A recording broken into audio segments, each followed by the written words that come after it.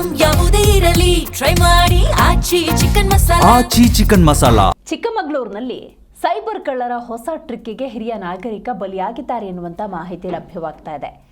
ವೆಂಕಟೇಶ್ ಎನ್ನುವಂತ 62 ವರ್ಷದ ವ್ಯಕ್ತಿ ಅನುಮಾನಾಸ್ಪದ APK ಫೈಲ್ ಅನ್ನ ಕ್ಲಿಕ್ ಮಾಡಿದ ತಕ್ಷಣವೇ ಬ್ಯಾಂಕ್ ಖಾತೆಯಿಂದ 3,12,000 ರೂಪಾಯಿ ಹಣ ಕಟ್ಟಾಗಿದೆ.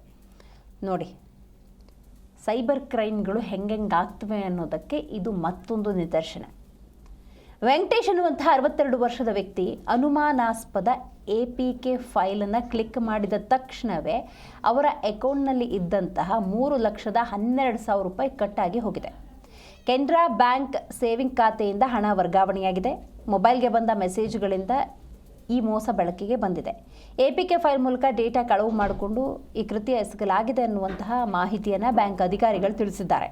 ಈ ಸಂಬಂಧ ಚಿಕ್ಕಮಗಳೂರು ಸೈಬರ್ ಕ್ರೈಮ್ ಪೊಲೀಸ್ ಠಾಣೆಯಲ್ಲಿ ಪ್ರಕರಣ ಕೂಡ ದಾಖಲಾಗಿದೆ. ಆರೋಪಿಗಳ ಪತ್ತೆಗೆ ಪೊಲೀಸರು ತನಿಖೆಯನ್ನು ಆರಂಭ ಮಾಡಿದ್ದಾರೆ.